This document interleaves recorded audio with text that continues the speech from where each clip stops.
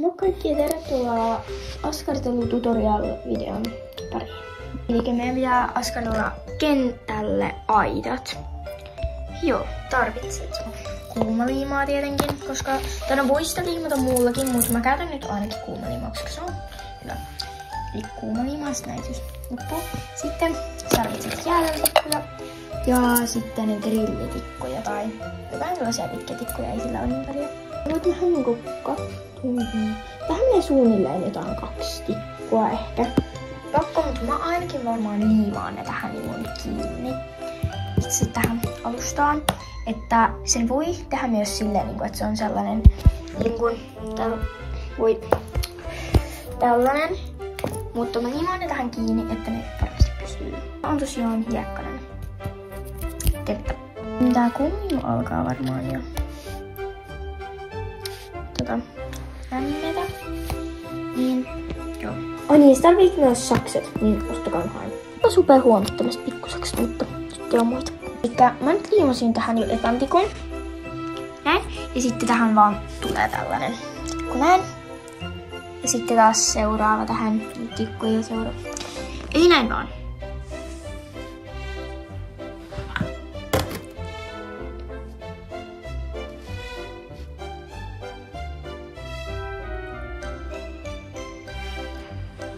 Kannattaa niinku mitata, että minkä kokoisen sä haluat. Et niinku jos nyt tää hevoseen.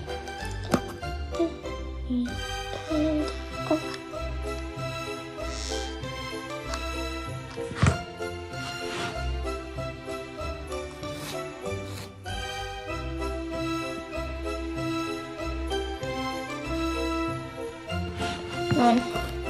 Vaan jatkat koko kentän ympäri tätä. Sama juttu. Ja tää on varmaan itse asiassa, ottakas vähänpä niinku tossa. Tää on melkein tasan niinku 2 grillitikkua, tällainen yksi pääty. Joo.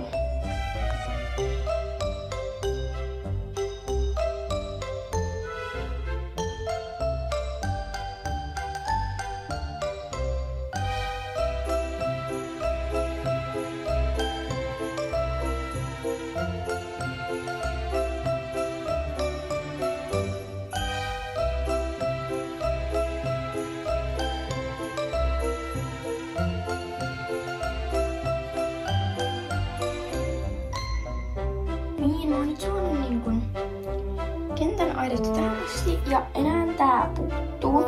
Ja tosiaan tähän tuli tää niinku oviaukko, mistä tänne sit niinku pääsee. Ja tuohon tulee ehkä joku niinku naru, mutta ei varmaan, toi on varmaan vaan silleen. Laitetaan vielä tähän aidat. Joo.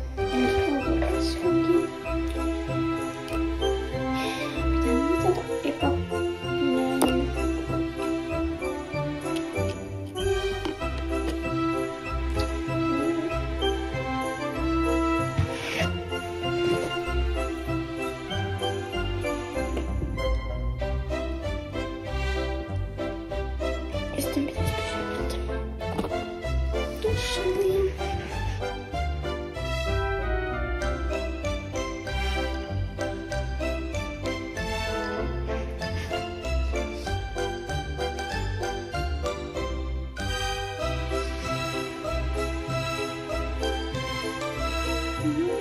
Ja nyt ja sitten enää tuohon väliin.